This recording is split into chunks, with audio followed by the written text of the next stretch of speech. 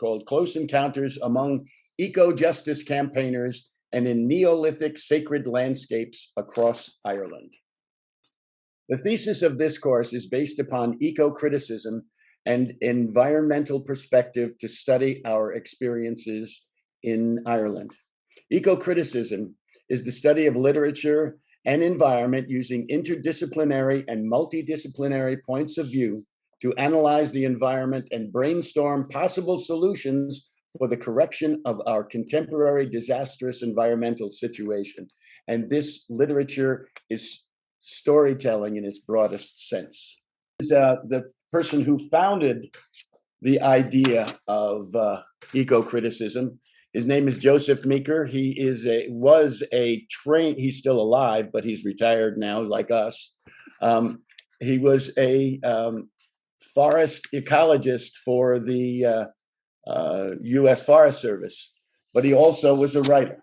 And he's most famous for his text, The Comedy of Survival, where he said knowledge and behaviors and values that help people fight the effects of anthropocentrism in the tragic conception of a hero is a close, vital relationship with the change of climate.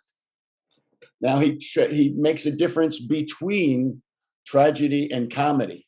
Tragedy is about heroes trying to wrest victory from failure.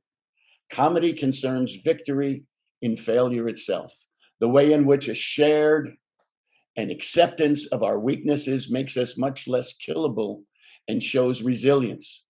Comedy, in its broadest sense, illustrates that survival depends on our ability to change ourselves rather than our environment, and upon our ability to accept limitations rather than to curse the fates for limiting us. Well, our objective today is to tell you old tales for this new millennium.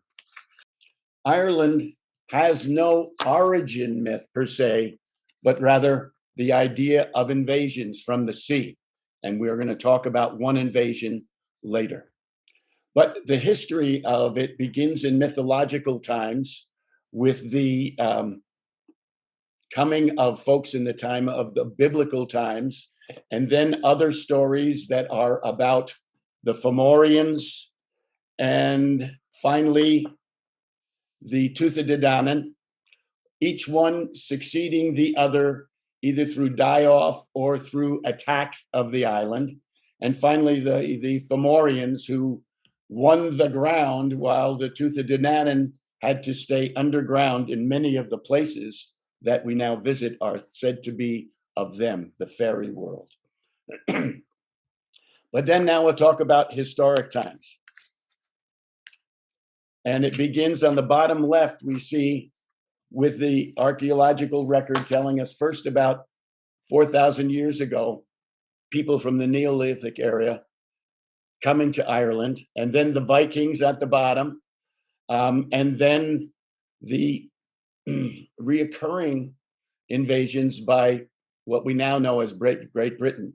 First, the Anglo-Normans under a guy named Strongbow in 1169, and continuing with King William in 1690, which brings us to chapter 1. The story that brought us to Ireland, the most recent invasion, and the Meeker-like response by the local population to halt this current invasion. The invasion of the fossil fuel corporate conquistadors and their allies from the world of finance. And it's a story of a small community's resistance to invasion and them as a forlorn hope, their desperate undertaking and enterprise that had very little success, but their resilience and their resurrection and the lessons for all of the other battles of environment that have been following that in Ireland. Let's start with looking where we are. On the left is a map of the entire Ireland, and you can see it's divided into what is said Ireland at the bottom 2/3, which is the Republic, and where the British haven't left yet in Northern Ireland. There's a lot of stories. We'll talk about that and the Troubles probably next week. But suffice it to say that it is still a part of Great Britain. Dublin, you see, is on the east coast, And all the way across the country, 4 hours, less than the time it takes to cross New York State, is the area of invasion where the fossil fuel companies came in. On the right is a map that is closer up that shows the North Atlantic and the bay coming into where it says Kilcommon Lodge is called Broadhaven Bay. And the opening that is just by the red dot is Schwedegon Bay, which is the inner bay. So the invasion began in 1998. A coalition of fossil fuel companies led by Marathon Oil, but accompanied by Statoil and Shell, to explore for natural gas in the North Atlantic off the northwest coast of Ireland. A commercially viable field of gas was found. Carib gas field is about 83 kilometers off County Mayo, and the remote area is home to mostly fishermen and farmers. Most people in Eris initially heard of these developments on Sunday in church. The regional bishop and the local parish priests spoke of the need for economic development from the pulpit. Get ready for good new jobs. Don't ask too many questions or stop the development in any way. The developers went so far as to fly the bishop out to sea on a helicopter to bless the North Atlantic well. Thus began the decade-and-a-half-long David and Goliath battle. The prospect of good jobs is very appealing. The invaders used 3 separate planning requests to divide the project between the gas field at sea, the pipeline to shore and into the bay, and then through a bog to where the plant was located, processing about 8 miles inland. Local residents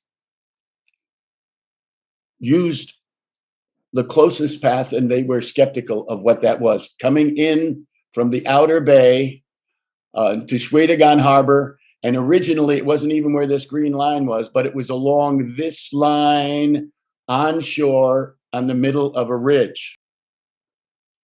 It was to run along that ridge, and locals argued that the path they proposed was along a ridge that had a steep slope above and parallel to the Pullatomas graveyard. Locals warned that this location was prone to landslide if disturbed, and the developers still went ahead, began test excavating anyway, until an autumn storm whipped through the area, and indeed the bank collapsed and some of the cemetery was washed into the bay. The developers didn't bat an eye. They just revised their plan. This here is a typical of the roads leading into Eris, barely 2 lanes for regular vehicles, never mind big trucks. But here is what you typically would have as a traffic jam. The people of County Mayo are by and large a pastoral people. Indeed, County Mayo is underdeveloped in the modern capitalistic sense. There are few jobs beyond farming or life at sea as a fisherman. Most children leave for urban centers like Dublin or Galway, or seek opportunity overseas. But opposition to the gas consortium and the government's plans grew when local residents felt they were not adequately consulted. They opposed planning permission and appealed it to the onboard planea twice. They believed that government pressure was used to force planning permission through, despite initial regional planners' rejections. The closer your home was to the pipeline and the refinery, the more likely you were to be opposed and skeptical of the economic development promises. Locals rose to the occasion and over time became activists and citizen scientists defending their lands and their homes. Gas was to be processed at a plant 9 kilometers, 5.6 miles inland near Bellinaboy Bridge, where that green square is. The purpose of the plant is to dry the gas, remove impurities, and add odor for safety. The people wanted to understand and participate in the process, but they were excluded. And here's how they were excluded. Rocks, trees, sea, tide, all these things are factored in as part of the design configuration of the project. But people, culture, is not part of what they think about. The people simply receive the project. And then you convince yourself that, well, in an area like this, these are underdeveloped economically, so they will be so grateful for any form of development that they will welcome the project, because that's what the developer was told. So the developer is not forced into any pre-planning by which they must engage in a dialogue with the receiving community, and with the receiving community figure out the optimum way to develop a project. But that's a structural and obvious flaw. Now this removal of people from decision making is an endemic feature of the world we now live in. In the environmental impact statements and in other presentations by the developer, you often get a landscape presented denuded of people. There's no population centres put into some of their maps. It's just simply, here's a pipeline. It's schematic maps devoid of people. So that's a fundamental problem. No developer is obliged to engage with the receiving population in advance of developing a project. The second structural flaw is the fragmented nature of the decision making. So at no point is any entity charged with having an overview of this project. The project is broken down into a fractured set of consents. So the planning permission involves one organisation following one set of criteria to do with land use. Then you have an environmental pollution licence. That's a different type of thing. Then you have a health and safety authority, and on, Department of Marine consents, and so on and so forth, and Habitats Directive exemptions have to be done. You get this incremental process where the project in its totality, in its cumulative effects, or its interactive effects, is not examined. So that's the second problem, this fragmented decision making. The problem is that the power, the resources to do so, and it probably suits them when they're developing something on this scale. It certainly did in this case. But it means nobody gets this overview, so you never get a holistic determination. So now you've excluded the people, and you haven't taken a holistic view. So you've now got two very big flaws built in. But the third thing, and maybe this is less obvious or less tangible, is each of the decision-making entities have rules of engagement. They each have criteria under law. And if you want to speak with them, you have to speak within those terms. If I'm the land use determinant, if I'm the guy who gives the planning permission, I need you, if you're going to make a submission to me, to speak in terms of land use. If you start talking to me about, health effects, well, I can acknowledge it, but it's not relevant to the matrix of boxes I have to tick. It's not an issue for me. So it's interesting, thank you for saying it, but I'm not interested, so don't say it. It's not relevant. I can't use that as part of my decision making. Now, in the case of the community around Corrib, they had, for those who reacted in a negative way to the project, or those who had concerns about the project, their sensibility, what motivated their reaction, couldn't be expressed within the discursive categories available to them, within technocratic decision-making processes. And what this means is, A, they either look as if they're inarticulate, so it's not clear what they're saying, or that they're ill-informed, because if they can't speak in technocratic language, then the answer must be, well, they don't understand the technocratic issues, so we will explain it to them. So it's like they're remedial. They need remedial lessons in how to understand how the project is actually really good, they just don't understand it. Or they're just ignorant in the true sense of the word. They just lack knowledge. They just do not know. And this motif of an ill-informed community was a regular one. TV talk show, The Late Late, and the then interviewer saying, aren't these people Luddites? I mean, sure, we have technology, we have pipelines everywhere. I mean, like, are they wanting to live in some Luddite? Again, because the assumption being that, well, they don't understand what's at issue here from an engineering point of view. It's fragmented, it's not holistic, and it is discursively constrained. So that what is relevant to be said is limited, and therefore what one might want to say as a human being is excluded. And therefore people are rendered silent. Even the language of opposition that the locals wanted to use to express their opposition to the project is itself an act of translation into terms that make sense. So it has to be something left-wing or something environmental, or it's about globalization, or it's about capitalism, or it's about natural resources, or it's about the lack of a state and the stake in the project. These are translations. They're all legitimate issues, as are the planning issues, but they're not at the node of what's going on here. And it's indicative of something profound. So the switch, it occurs at this critical endpoint of the 20th century. And it's about an indigenous community with very deep roots in this area being afflicted by one of the worst elements of high modernity, fossil fuel exploitation, and having something about its connection with place profoundly disturbed by that, and then trying to give voice to that disturbance in using a language that isn't available to modern Europeans of the late 20th century, because we don't have language to talk about place. We have a detached environmental language, which is still a subject-object language. There's me and then there's the environment, like the same, that thing out there, distant from it. But if you talk about that intimate connection between people and place. Intimate connection between people and place. Well, let's talk about that place and what was going on.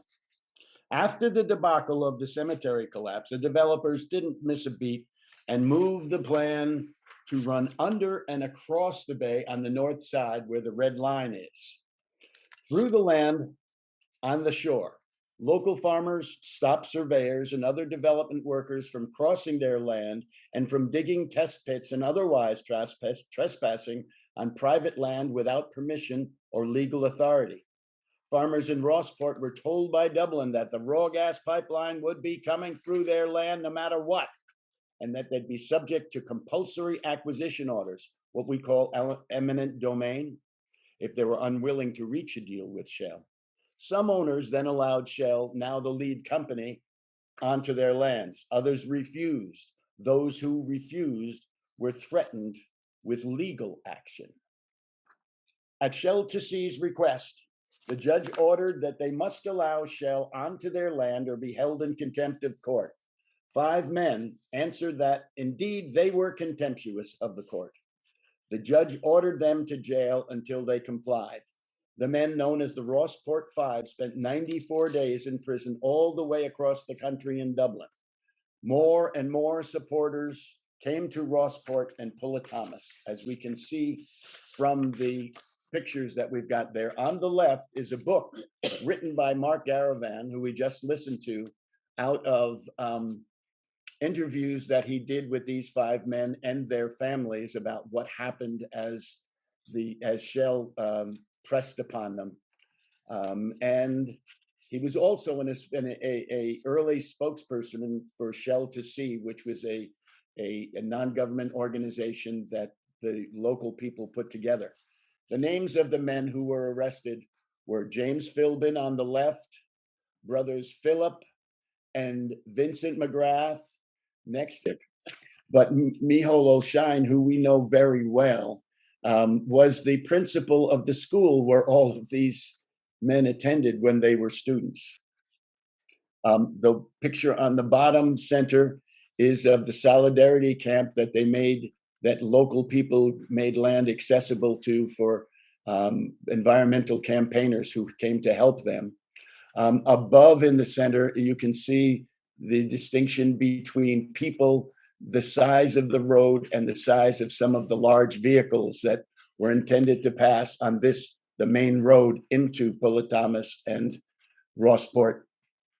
Picture on the right is what the bay in Rossport looks like when the tide is out. And the bottom right talks about how the policing was done, including agent provocateurs who were Great Britain's police, who came undercover. And not only were they doing things that tried to provoke people from doing illegal things, they also, this gentleman in particular, serially had a number of relationships with female campaigners who were became his girlfriend or significant other for a time. That only came out only in the last 3 or 4 years. The numbers of demonstrators grew exponentially in Erris and across Ireland, at the prison in Dublin, at the Dáil. Rallies in support of the Rossport Five stance were held in major towns and cities. Shell and Statoil filling stations were boycotted and picketed. From these protests emerged the National Shell to Sea campaign. It became very embarrassing to hold these men for only protecting their private property in Erris.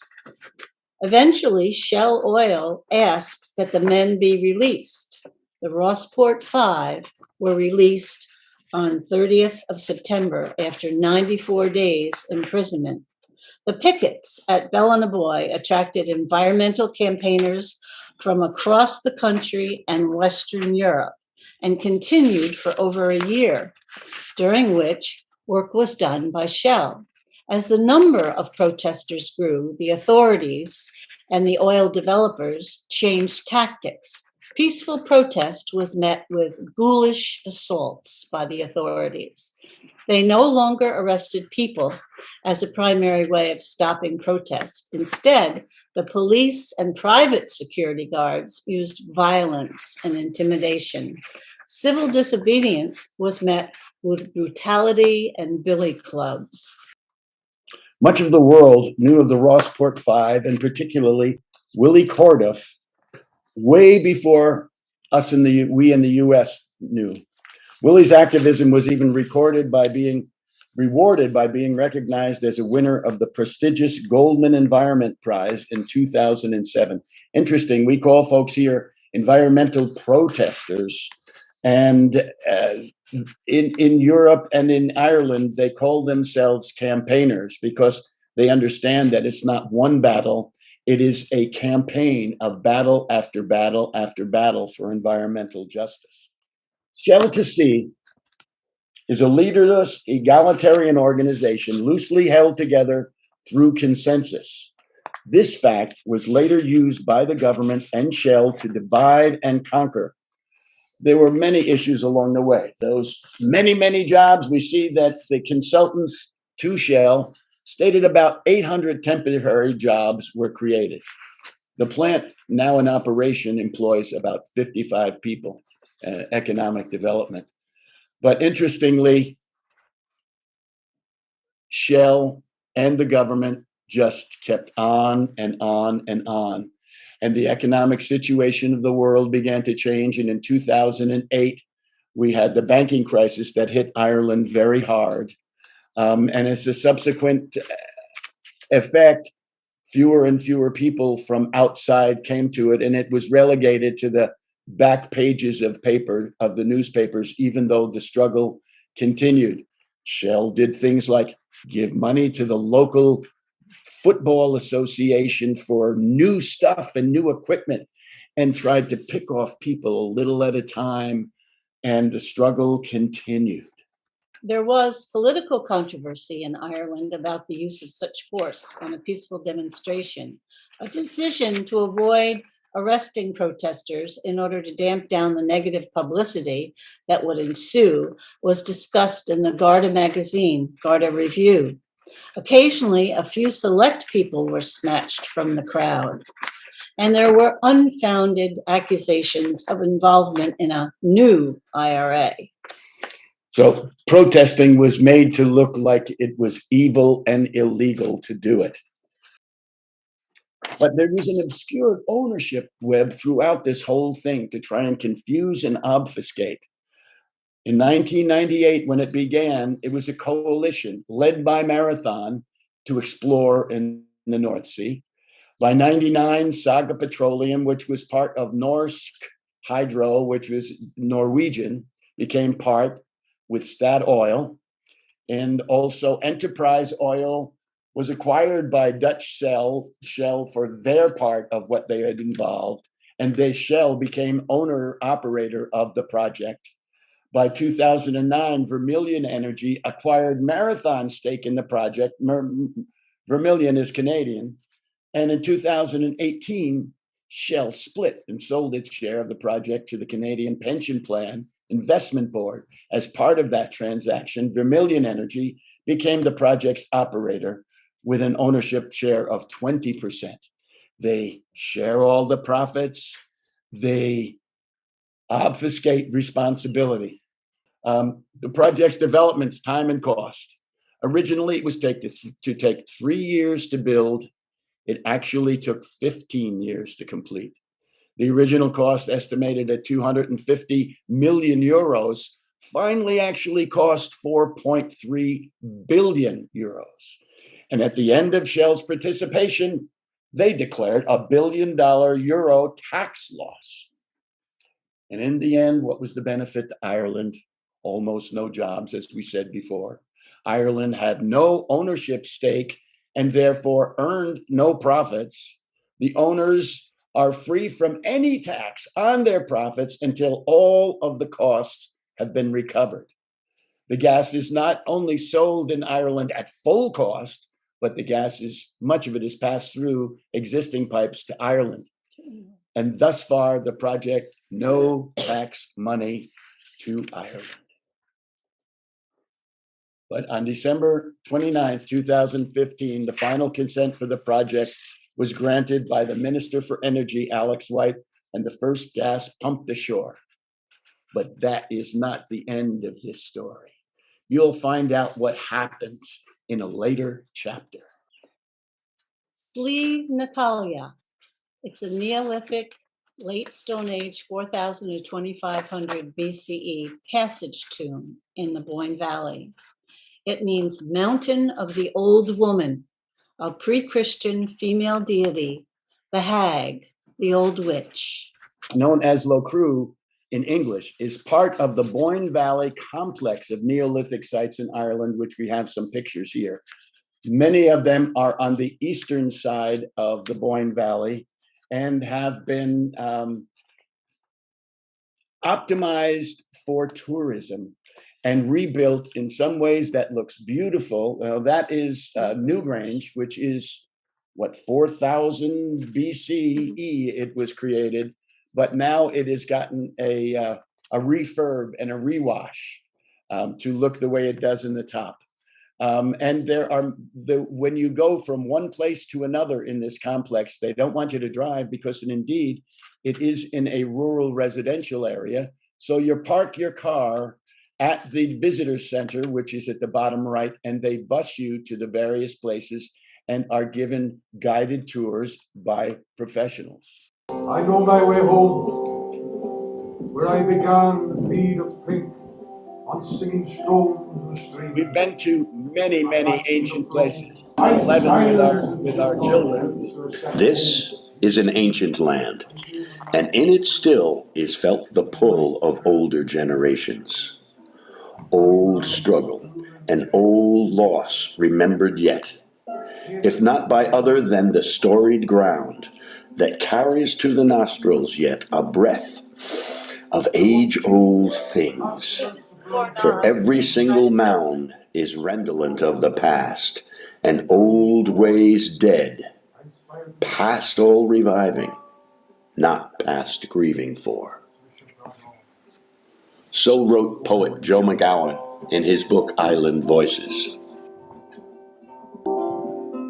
The amount of movement of light and how the site changes with the angle of the light on the site is quite extraordinary. As everything is in Ireland. This is our tour guide, Frances. I asked her if there were other places like this in Ireland. She was our tour guide for Noth, which is part of the Newgrange complex. And then this is Locrue, our favorite place. Which we've gone to many times, but as many times as we can, we go there on the equinox. Oh, the sky! We welcome everyone here this morning to witness the sun rise as our ancestors have. We join them as we join them over thousands of years here this morning. We welcome the Cailleach. Ragas Volcha!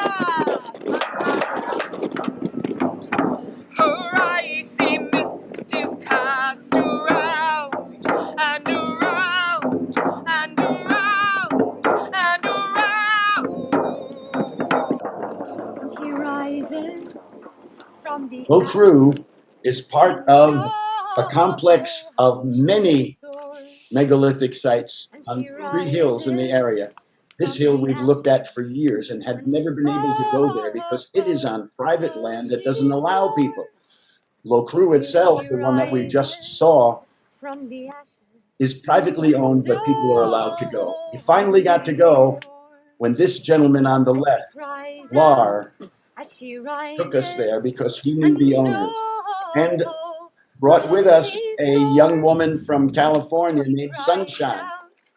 Despite her name Sunshine, as we walked up the hill, the clouds began to gather and it got darker and darker, so that by the time we got to the top, the rain had begun and we had to crawl under the ruins of one of the cairns until the rain let up.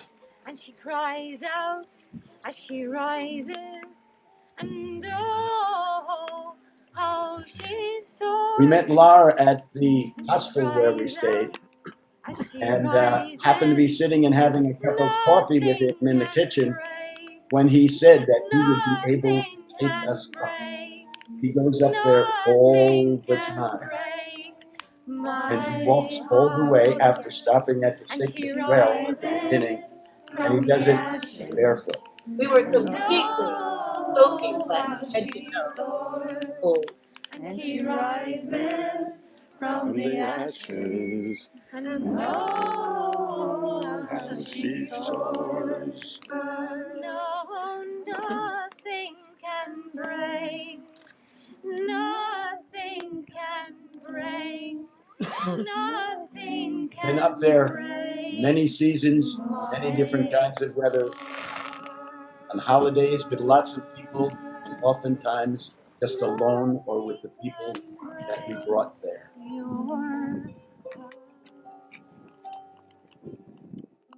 This is inside the cairn.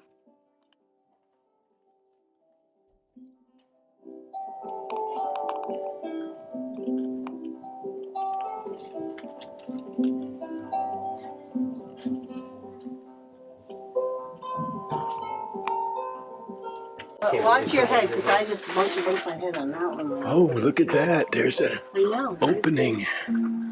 I think this is as far as we go. Where's the light come in for the? There's a Come on in. Careful stepping over and watch your head, hon. Oh, look at that. Yes, beautiful on this right big there. rock here. Let's get a light on that. Oh my God, that's beautiful. Yeah.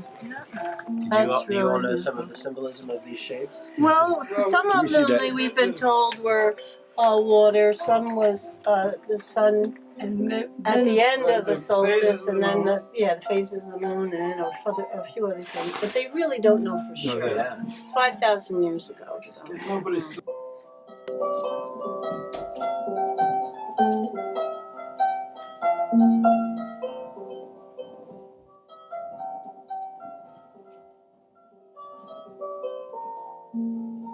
Amazingly different than the other complexes in the Boyne Valley. We let ourselves in. We picked up the key at the local bakery and walked up the hill and opened the cairn. They said, make sure you return the key, lock it, and close it at the end.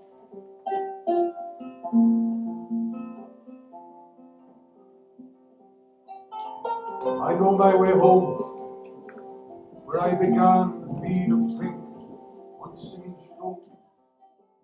Chapter 3, about Love Leitrim, a group like Shell to Sea, only in the county of Leitrim, that's anti-fracking and has cross-border organizing between the Northern Ireland and the Republic, which is an unusual thing just coming out of the Troubles. And it happens at the Ballroom of Romance. Ballroom of Romance has an amazing and interesting story too, in that it's been there since the 1930s. And the Ballroom of Romance is a place that was cross-border then to meet your honey. And many, many people had their first date who eventually got married in Ireland from being at that space together. Yeah. We were in County Sligo, and we were staying there for a few days, and we went to a craft fair, and there was this woman selling jewelry. She said she was from Brooklyn, and her husband was the artist making the jewelry. And she asked us what we were doing there. We told her that we were, meeting with activists. She said, "Oh, well, this lady right over here at this booth, you've got to meet her right now." And we did. And we got invited. We were invited to this Love Leitrim meeting that night in County Leitrim. Yep. So we decided to go. Right on the border with Fermanagh and Belcoo on the northern side town, and Fermanagh is Northern Ireland. So these three counties, Leitrim, Cavan, and Fermanagh, are on the border of Northern Ireland and the Republic of Ireland. I'm here this fall teaching a course back to my university over the internet called Documenting Social Activism, about the kind of activism that goes on here for civil society in the same fashion that it is going on in New York State. Your communities and my community back in the U.S. face the same issues, and they use the same kind of playbook and hope we don't talk to each other. And this is a way that I can help document and perhaps make more channels of communication. So with your good offices, I would like to be able to have permission to record. Thank you very much. Thank you. Actually looked down to see CDM Smith, CDM Smith, CDM Smith. We asked about Queen's University, where were they? Well, apparently they had, there was a change of resources, and they weren't part of the research team. Now, Tom had asked a Freedom of Information question about their involvement, and Queen's University said they weren't part of the consortium, they had no part to play in the research, and that, that basically any questions asked of Queen's University was nonsensical because they weren't part of it. We were also told that the reason that AMIC was brought in was that they brought a degree of expertise that would be very useful to the whole study. What is AMIC actually doing? The role of the health impact assessment in regulation, with no history of medical or health expertise of any kind. And they are also proposing best practice. My question is, to make it a national issue, what are the messages that can make it a national issue so it's not just a little problem up here where there aren't very many people? There's no safe way to crack. This EPA research is an absolute sham, and it will always be a sham. It doesn't matter who they get to write it. And I know you didn't say we can't call for a ban. Yes, we can. The people, every one of us here, can put pressure on local TDs and councillors. We have the power to change this. And the writing is on the wall. Every bit of research from Australia, from the UK, from the US, from Canada. We don't need any more research. It's already been done.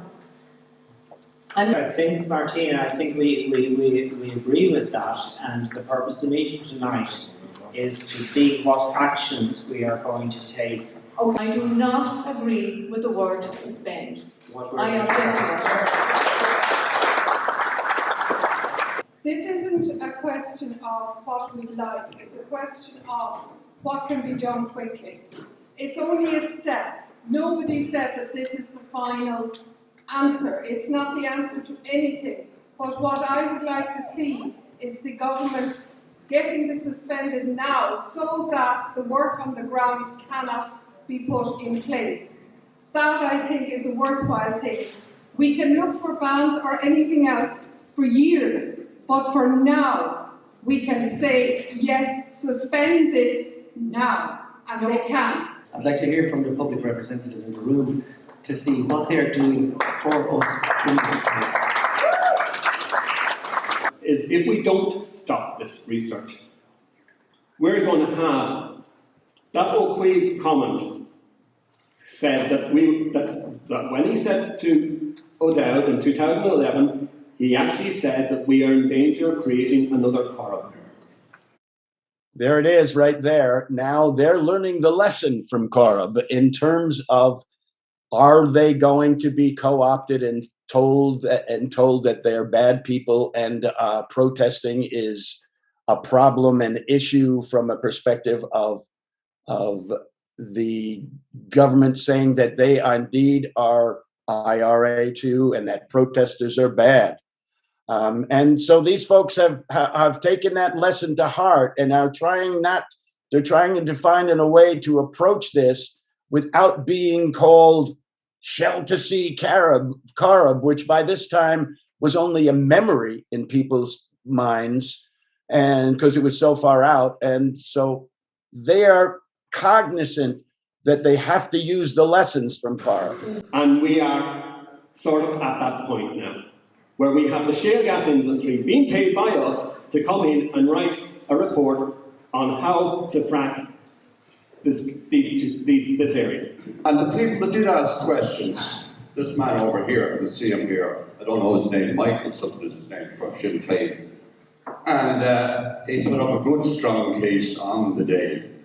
And maybe people should be listening to him, what he has to say now. We are now subsidising companies like Tambora to give them information so that they, in future, will have good knowledge to take this state to court. That's what we're doing. It's like me going to a gang of burglars and giving them 1,000 and let them into the house for a day so that they can do their reconnaissance and decide how best they can come back and burgle my house in a couple of weeks' time. We have to stop it. Thank you very much. So Liam, before you put in the logistical arrangements of setting up a meeting in Dublin at 2:30 on Thursday, might you explain why 2:30 on Thursday won't work? Or do you want to continue doing that, waste more time and then come back to me and it's not going to work? So, you're the chair, I'll leave it in your hands. Would that be true, that at 2:30 all the politicians are gone home? If there are no votes on a Thursday afternoon, most rural TDs would leave after leaders' questions. Leaders' questions are at 12 o'clock. It would make much more sense to be there at 12 o'clock. Yes, well, that's 12 o'clock. Are you finished? No, I haven't started. My mistake. I apologise. Liam, I fully sympathise with your role. I've been in many fracking meetings and chairing them is not a thankless task. I want to thank you firstly for allowing me to spend a Saturday evening in the bottom of romance with my wife.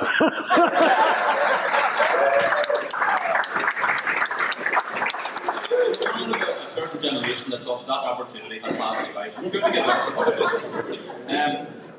I think we do need to build consensus. I'm a Sinn Féin MLA in Fermanagh, and unfortunately there isn't a unanimous agreement amongst everybody in our community that fracking is bad. And then amongst those of us that have been convinced a long time ago, and I was convinced by Johnny 4.5 years ago when he landed in my office in Enniskillen at 10 o'clock on a Tuesday night with Owen Rogers with this crazy film called Gasland, that fracking was a bad thing. These three people kind of sum up where the differences were at that meeting, because it was a contentious meeting. There were people from both sides of the border, and bottom left was the organizer of the meeting, Aidan, and she's from a company that's trying to do good and environmentally sound energy and trying to live within and trying to work through the government. On the bottom right is a lady who's like shell to sea and saying, we can never trust those bastards. And up on top, J.P. McVeigh, who's trying to cross the bridge between the two of them as a campaigner for much of his life on lots of different issues. So in the end, they decided to go and called it Stop the Study of environmental health of the proposed fracking sites without there being a truly objective and knowledgeable company doing it. The Queen's University backed out, and all they did was get a subsidiary of another oil company to do the study for health, which they said no, we're not going to do that. And that's why they descended upon Dublin. Now I want to talk to you about the gentleman who helped us get to know so many people in Northern Ireland. His name is Professor John Barry. He's a teacher of green economy and has been a politician of the Green Party, where he held a seat on the local council in Holyrood, which is a suburban area right next to Belfast. And he was a participant in one of my classes back to Clarkson University. Great to connect with you all in this relatively low carbon way. Saves a lot of flying, and it doesn't eat into our schedules as much. So I'm very pleased and honoured to join with you. I won't say too much beyond maybe my own story, and as an invitation to people to ask questions and try and make this as interactive as possible. I mean, my own story in a way is as an academic activist, which may be familiar to many of you listening and involved in this conversation, about how can we bring, academic learning to what I think is a watchword of the 21st century in terms of activism. Knowledge is power, so arm yourself. How can we have evidence-based activism? How can we have a critical view of the current structures of power, of the economy? You mentioned the Marcellus Shale and fracking. Fracking is sadly an issue here in Ireland as well. What I would describe as a form of extreme subprime energy, and the desire of governments and corporations to, frack. Certainly an island as beautiful as Ireland is part of our addiction to carbon and fossil fuels, which we can get into. It's particularly those of us who live in what I would call the minority world of North America, Europe, Australasia and Japan. We bear the responsibility for current climate change, even though China is now the world's largest emitter. So there's issues there of science for me as an activist. Certainly my own activism is motivated by an ethical imperative in terms of doing the right thing by the next generation. Whose responsibility do you think it is to help out island nations such as Fiji as the sea level rise? It's the responsibility of the rich carbon-dependent nations on the planet. It's not just about the physical relocation and the discomfort. It's the loss of an entire way of life. I mean, I don't think we can even begin to imagine what it's like, not just to have to move your home, but to lose all the meanings. That sense of connection to place is gone, and that's almost incompensatable. But these are the type of difficult issues we're going to have to deal with. Who should pay, when it should be paid, and indeed asking those island nations if, because we cannot stop the inevitable rise of the waters, and you're going to have to leave the island that you're on, what do you think of the adequate compensation?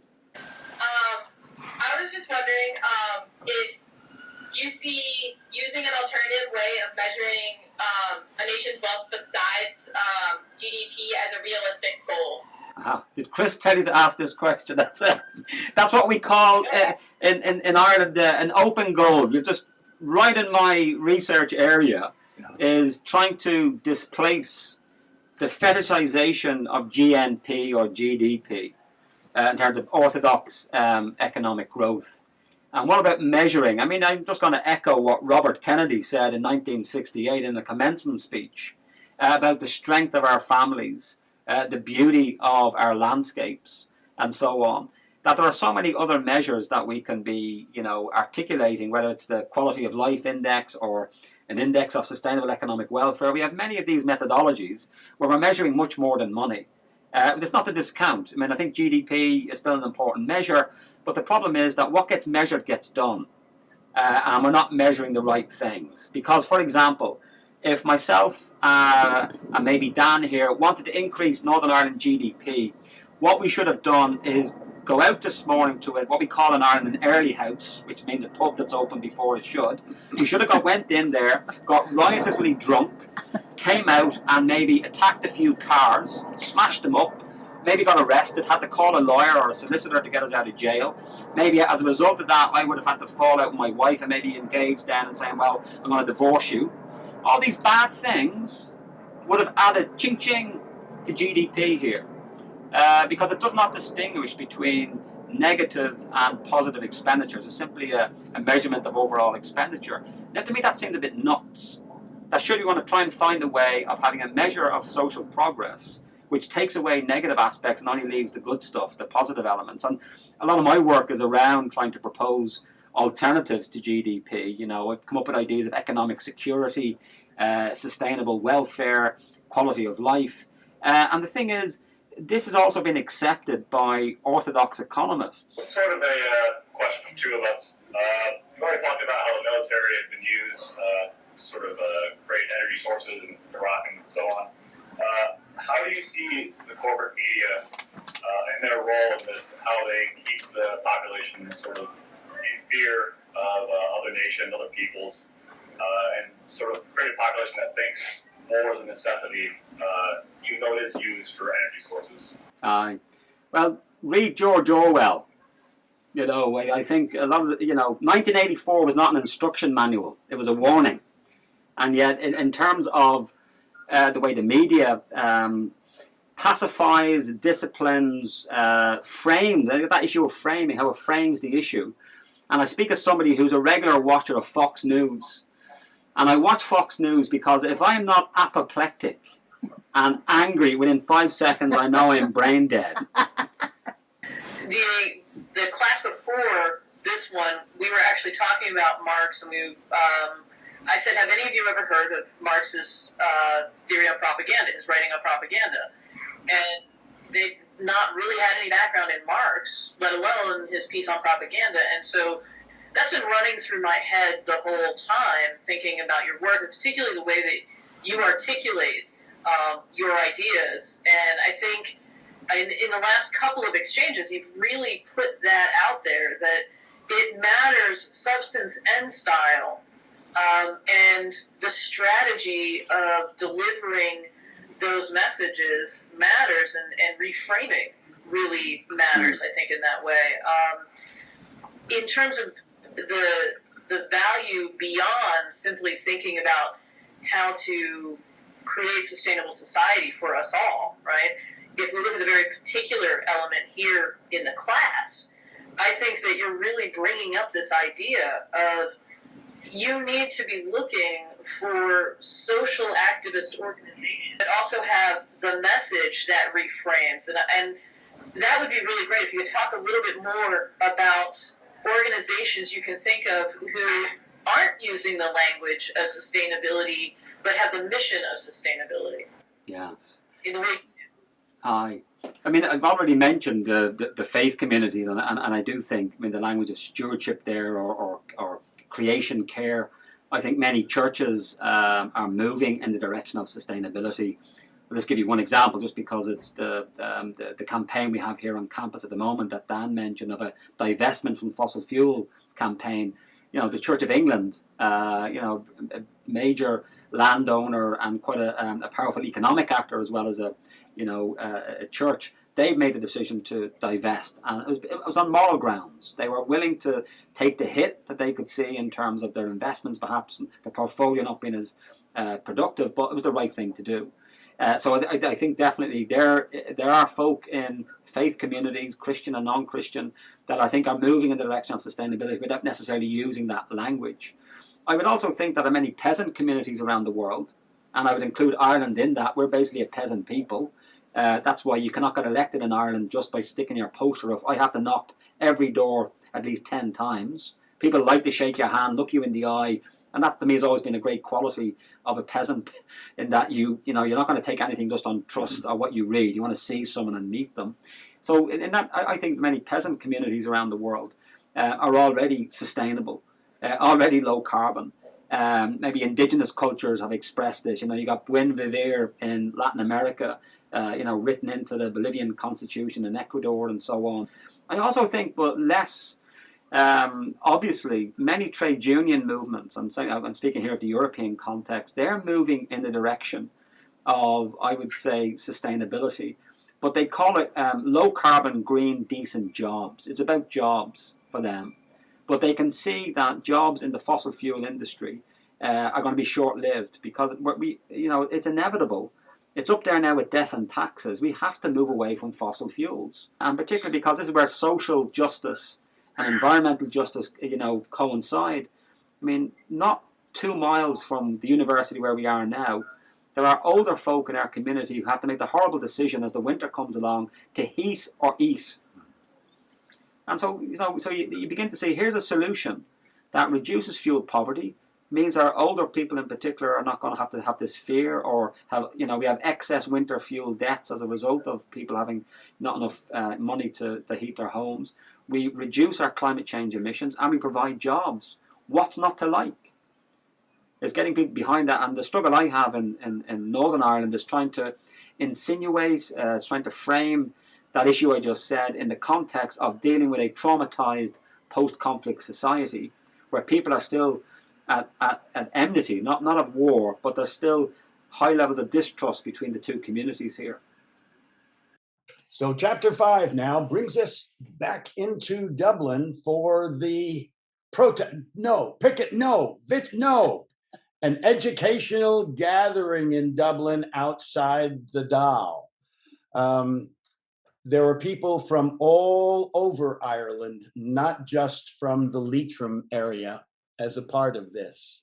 One policeman outside, and he was a brute who just kept trying to intimidate people and keep people in line. But folks went along with what he had to say, and they smiled and held their posters up for him. Okay, great stuff. Thank you very much. Thanks. Now, could we have the other banners? How are you doing? To show the other banners. All right. You're all going to be moving backwards and forwards.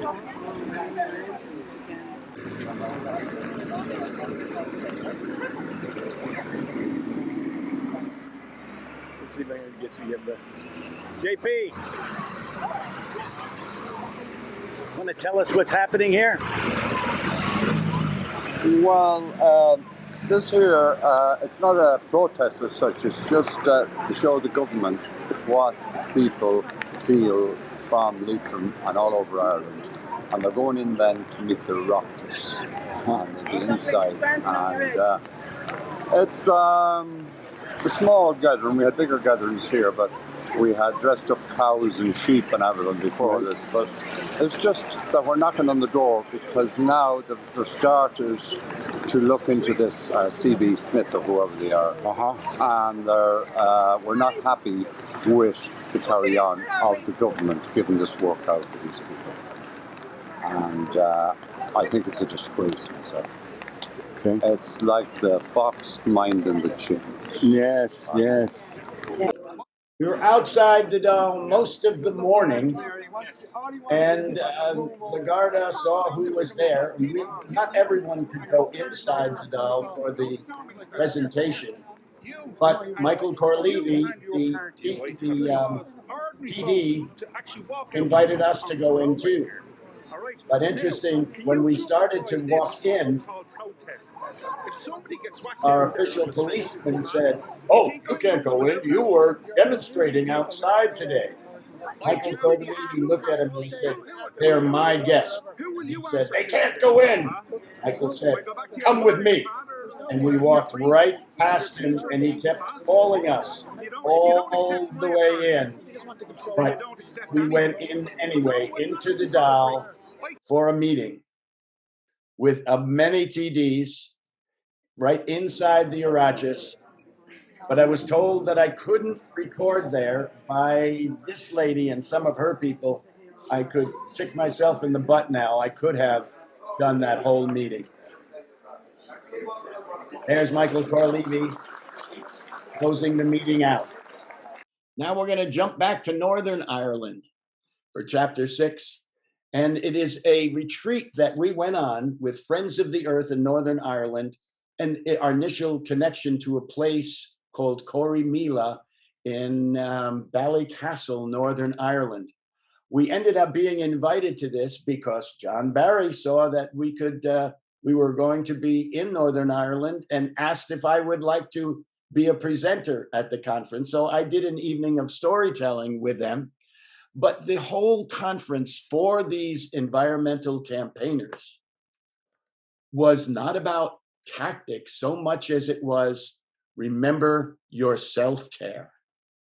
Presented by the young lady that we see on the bottom under that man's hands, Aisling Cowan, Change Work Therapy. She is a social therapist and trying to get people to see the difference between fighting external things and not hurting yourself internally, whether it is getting too sad and discouraged, or not eating right, or not getting enough sleep while it is that you're protesting. The gentleman with his hand up is James Orr. He is the president of Friends of the Earth Northern Ireland, and by profession an ornithologist. James, I follow him on Twitter, and we converse back and forth a lot, and I hear what's going on still. And you can hear the echoes of what both John Barry said and earlier in Mark Garavan, that very important to Irish people is the sense of place, for identity and relationship to ecosystems, not a relationship of us and that, but of I and thou with everything in the world around people too. Ireland used to be all forest, dominated by oak forests. The British cut them down before they moved on to those places in Maine and the Adirondacks later on, so that right now they're building back from a space of less than 1% of forested land, not counting farm factory forests of one kind of species, but to have a mixed deciduous forest. Again, here's Friends of the Earth with a tweet by James, talking again about communities across Ireland sharing stories on protecting our land from extractive industries. What's interesting is that the folks at Love Leitrim were able to stop fracking. But like here, there's always things just around the bend. So it's not only extracting that, but it's grown to stopping extractivism, because all along that border and in the north, they have found gold now that they want to mine. And so folks are fighting that. They don't realize it's probably just leprechauns and they can't have that gold. But nonetheless, they're trying. And even now, even though the Republic has banned fracking, a new set of laws to supposedly get them to be carbon neutral by 2050 allows for the import of fracked gas in a new facility in the Shannon, which is now the main focus of the folks from Love Leitrim. This is a lane, covered lane. What's it covered with? Hawthorn trees. Yeah. That we had seen pictures of before we went to Ireland, but there was no designation, nobody showing or explaining where it was. John Barry told us to ask James because James knows the area so well. And he told us that indeed it is called Ballyknoe, and this is a hawthorn wood. Hawthorn is sacred to ancient Ireland, one of the seven sacred trees of the Druids. And he knew where it was, and he explained it to us, but it still took us a couple of hours to find it because it's not a dignified place, but it is just on the side of the road with a tiny little sign that you got to know where to look.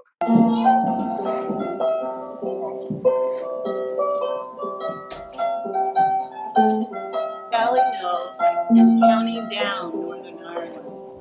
This tunnel path leads to the stone circle of Ballyknoe, where there are two different circles of standing stones and a central cairn.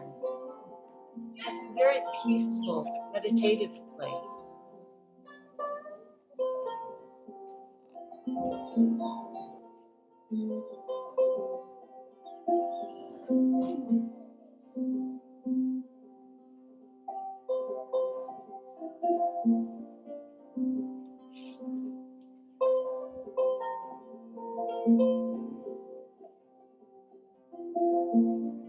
And there in the background is a fairy tree.